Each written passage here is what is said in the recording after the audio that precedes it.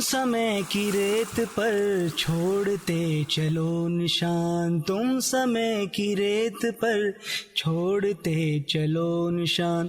देखती तुम्हें जमीन देखता है आसमां, देखती तुम्हें जमीन देखता है आसमां। तुम समय की रेत पर छोड़ते चलो निशान। कोई भी इंसान समय की रेत पर अपने निशान तभी छोड़ सकता है जब उसके पास ज्ञान हो, और ज्ञान बिना शिक्षा के संभव नहीं। शिक्षा हमारी आंखें हैं, नजर है। शिक्षा वो पर है जिसके जरिए हम आसमान को छू रहे हैं, चांद पर नजरें थमा रहे हैं, मंगल पर जाने के ख्वाब देख रहे हैं। आजादी के 6 दशक में शिक्षा के क्षेत्र में हमारे देश ने काफी प्रगति की है, लेकिन फिर भी हम पूर्ण साक्षरता को हासिल नहीं कर पाए और शिक्षा की गुणवत्ता को लेकर भी निराश हुए हैं।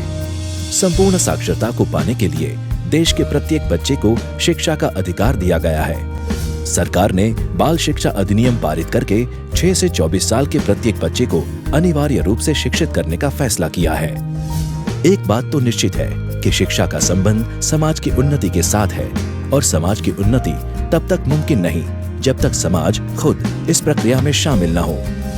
नए शिक्षा अधिकार कानून ने बच्चों की शिक्षा में समुदाय की रचनात्मक भूमिका के लिए गुहार लगाई है।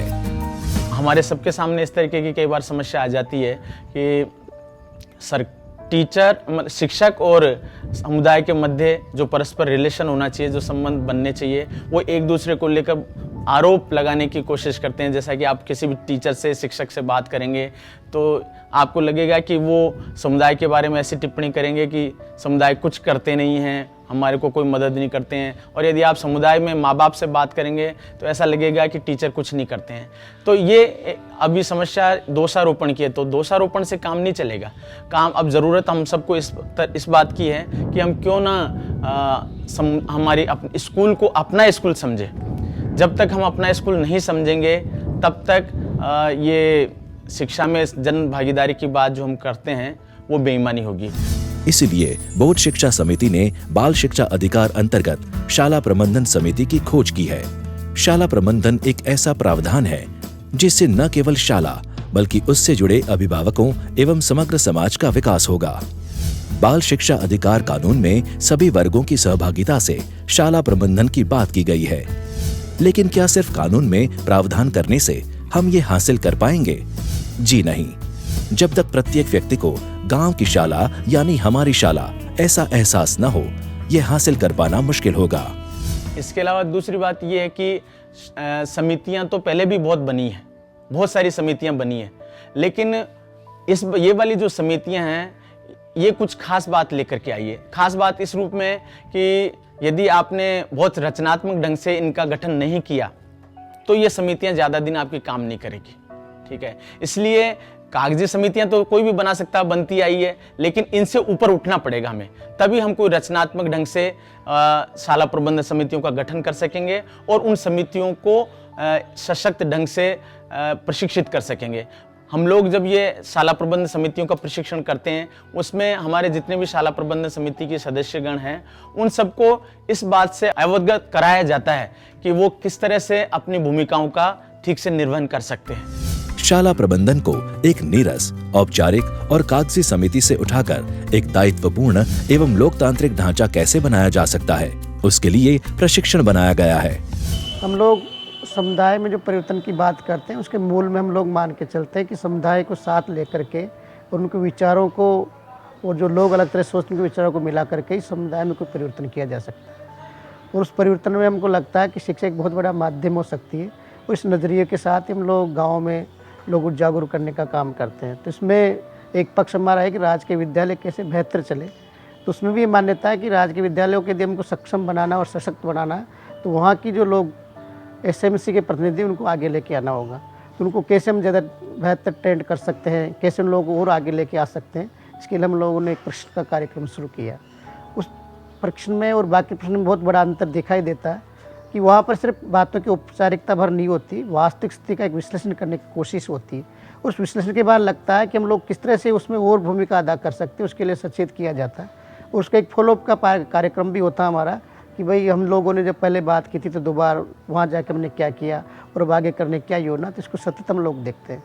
तो एक मूवमेंट इस पूरे अभियान से हमारे इन दोनों दिनों अंचल में आया और वो अभियान इस तरह का है कि हमको लगता है कि जिसको हम एक जगह क्लब करते हैं तो एक बहुत बड़ा परिवर्तन हम कुछ समय में लेके आने की कोशिश कर सकते हैं। जैसे हम लोगों ने जो अभियान शुरू किया है तो कुछ गाँव में इस तरह की स्थिति बनी है कि उसको देख के और जगह के लोग प्रेरणा ले सकते हैं, क्योंकि उसका जो असर है उनको साफ दिखता है कि लोग एक जगह होते हैं, एक जैसा सोचते हैं तो परिवर्तन किया जा सकता है।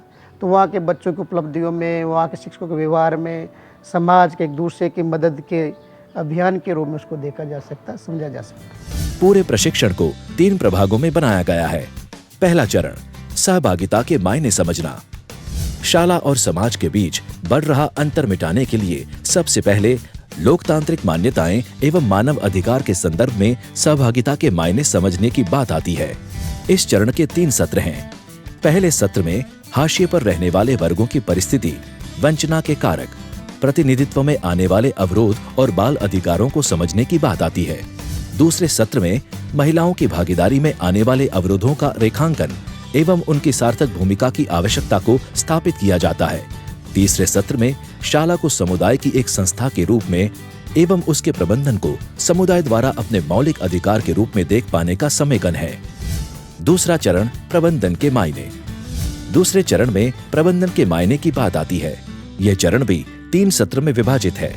इन सत्रों में प्रबंधन के निहित कौशल, बाल शिक्षा अधिकार 2009 के प्रावधानों की समझ एवं कुशल प्रबंधन के लिए सोशल ऑडिट की प्रक्रिया का समावेश है। अंतिम चरण, शाला प्रबंधन समिति का गठन। प्रशिक्षण का अंतिम चरण है शाला प्रबंधन समिति का गठन करना। आमतौर पर जो लोग पहले करते हैं वो यहाँ आखिर में मुद्दे की पूरी समझ आने के बाद किया जाता है। सत्र के दूसरे भाग में शाला विकास योजना बनती है। इसमें अगले 2 सत्रों में दिए गए कार्यकलाप के निष्कर्ष निकाले जाते हैं और जरूरी कार्यों को अंजाम देने की रणनीतियां तय होती है। इस पूरे प्रशिक्षण के साथ गठित हुई शाला प्रबंधन समिति निरंतर चलने वाले एक स्थानीय आंदोलन की तरह होती है। एक ऐसी समिति जो कि शिक्षा के साथ जुड़े सारे अभिभावकों का अच्छा बुरा सोच सकती है, सारे अभिभावकों से एक नया रिश्ता बना सकती है। एक ऐसी शाला प्रबंधन समिति जो न सिर्फ अपनी शाला बल्कि शाला के जरिए पूरे समुदाय को बेहतर बना सकती है। ये ले चलेगी समाज को एक शिक्षित यानी सच्चे स्वराज की ओर। पहले मतलब हम लोगों को ये पता नहीं था कि भाई बच्चे के माँ बाप आके स्कूल को देखें, क्लास को देखें। हम लोग पहले जानते नहीं थी। इस एसएमसी में आने के बाद में हमारी 2 दिन की बोधगांव में ट्रेनिंग हुई थी। वहाँ पर हमको बताया गया कि जो बच्चों के माँ बाप हैं वही एसएमसी के सदस्य रह सकते हैं और उसी नियम से हमारी एसएमसी बनी है। हमारी एसएमसी बहुत ही सक्रिय है। हर महीने बैठक होती है और स्कूल में जाते हैं, बच्चों की पढ़ाई लिखाई के बारे में क्लास में बैठ के देखते हैं, गुरुजी से बात करते हैं। और हमारे यहाँ जो ये चबूतरा बना है वो हमारी एसएमसी के द्वारा ही बनवाया गया है। एक ये गड्ढा बना है या स्कूल में जो पेड़ पौधे लगे, इस तरीके से हमारी एसएमसी बहुत अच्छा काम कर रही है। देखो सर, बात ये है कि हमारे गाँव में 3-4 लड़कियों ने पढ़ाई छोड़ दी थी, लेकिन अब वो मतलब जैसे थानगाजी नहीं जा रही तो अपने गांव में प्राइवेट स्कूल है, वहाँ भी पढ़ रही है। तो कोशिश तो सब माँ बाप आज के टाइम में यही सोचता है कि भाई अपने बच्चों को पढ़ाना, और हमारा भी यही प्रयास रहेगा कि भाई जो जिनकी पढ़ाई छूट गई ना वो अपनी पढ़ाई आगे जारी रखें। जी, ये मैं पहले तो हम कुछ भी नहीं जानते थे, लेकिन जब बहुत शिक्षा में हमारी वहाँ पर टर्निंग हुई 2 दिन की, वहाँ पर हमको बताया गया कि भाई स्कूल के बारे में एसएमसी की मीटिंग होती है और वहाँ पर सदस्य चुने जाते हैं। और उन्होंने हमें इस बात के लिए उत्साह किया कि भाई जो मीटिंग एसएमसी के सदस्य बनोगे वो ही देखोगे स्कूल की देख रेख के लिए, भाई बच्चों की पढ़ाई के बारे में और स्कूल के ग्राउंड के बारे में हमें सारी शिक्षा बहुत शिक्षा समिति से मिली है। मेरे लिए तो एसएमसी की मीटिंग है ना जो बहुत अच्छी रही। ये इसमें चाहे मेरे बच्चे नहीं पढ़ते हों, लेकिन गांव के जो बच्चे पढ़ते हैं उनकी पढ़ाई में भी और टीचर्स में भी बहुत बदलाव आया है। तो बच्चे पढ़ाई भी अच्छी कर रहे हैं और टीचर्स भी अब बच्चों पर ज़्यादा ध्यान देने लग गए हैं। हमारे यहाँ ग्राम सभा का आयोजन किया गया और उसमें से हम 11 सदस्यों का चयन किया गया अभिभावकों की तरफ से। उन 11 सदस्यों ने मुझे अध्यक्ष के रूप में चुना। हमारी एसएमसी हर महीने जो मीटिंग होनी चाहिए, तो हर महीने हम विधिवत रूप से मीटिंग करते हैं। ज़्यादातर सदस्य हमारी एसएमसी में पढ़े लिखे ही हैं और पूरी बैठ करके बातचीत करते हैं बच्चों की पढ़ाई लिखाई के बारे में। स्कूल में और कोई समस्याएं हों, जैसे अभी कमरों की कोई समस्या है, या जैसे जितना जो बजट गवर्नमेंट की तरफ से ऐसे मद से आता है, या और किसी भी मद से, जैसे पोसार का भी जो पैसा आता है, ये सारी चीज़ों की देखरेख हमारी मीटिंग में पूरी बातचीत होती है कि इतना पैसा हमारी स्कूल के लिए आया है और ये हमें खर्च करना है, और हमारी एसएमसी ही उसमें प्रस्ताव लेकर के और हम उसमें से खर्च करते हैं।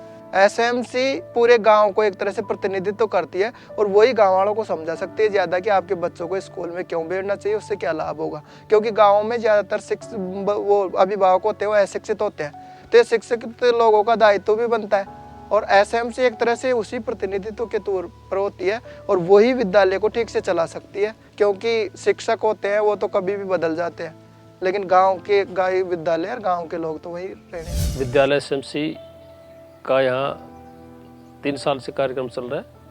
बच्चे काफ़ी प्रोग्रेसिव हैं और बच्चों में इनका स्तर निर्धारण के काम के बाद स्तर काफ़ी अच्छा सुधरा है। इनके पोर्टफोलियो, होमवर्क ये काफ़ी समय समय पर देखा जाता है और इनकी 15 दिन की कार्य योजना बनती है। हर लड़के का रोज़ जो अगले दिन जो पढ़ाया जाता है उसकी प्लानिंग होती है और उसके बाद मेरा जो है रोज़ उसका मॉनिटरिंग का काम है। मॉनिटरिंग भी देखता हूँ और कक्षा व कार्य भी करवाता हूँ, और सीसी का काम से बच्चों में काफ़ी प्रभावित और गुणवत्ता आई है। जो एसएमसी है, जो शाला प्रबंधन समिति है, वो काफ़ी सहयोग है और ये हर समय पर जब बुलाते हैं तभी सहयोग के लिए आते हैं और ये देखते रहते हैं और इनको विद्यालय को प्रोग्रेस के लिए काफ़ी इन्होंने योगदान किया है। इनकी प्रबंधन समिति की हर मासिक मीटिंग होती है और मासिक मीटिंग में हर लड़के के बारे में ये पूछते हैं और उस पर लड़के ये बारे के बारे में चर्चा करते हैं ये, और उसमें काफ़ी सुधारात्मक जो है सुझाव वो निकल के आते हैं। अगर शाला प्रबंधन समिति हर विद्यालय में यदि रुचि से यदि काम करती है तो विद्यालय में निखार आएगा और उसकी प्रोग्रेस में काफ़ी सहभागिता मिलेगी। शिक्षा होगी तो इंसान निडर बनेगा, नए सपने बुनेगा, विकास करेगा और अपने अधिकार एवं कर्तव्य के प्रति सतर्क होगा। जब हर गांव का बच्चा शिक्षा के जरिए समय की रेत पर अपने निशान छोड़ जाने की ठान लेगा, तब एक कारवां बनेगा जो कि न सिर्फ आज बल्कि आने वाला कल भी बदलेगा। ये निशान एक दिन जहान का अमन बने, ये निशान एक दिन प्रीत का चमन बने, हंसते हुए हम सफर गाते चलो हो निडर, हंसते हुए हम सफर गाते चलो हो निडर। आगे आगे बढ़ता चले जिंदगी का कारवां, तुम समय की रेत पर छोड़ते चलो निशान, तुम समय की रेत पर छोड़ते चलो निशान। देखती तुम्हें जमीन देखता है आसमां, तुम समय की रेत पर छोड़ते चलो निशान।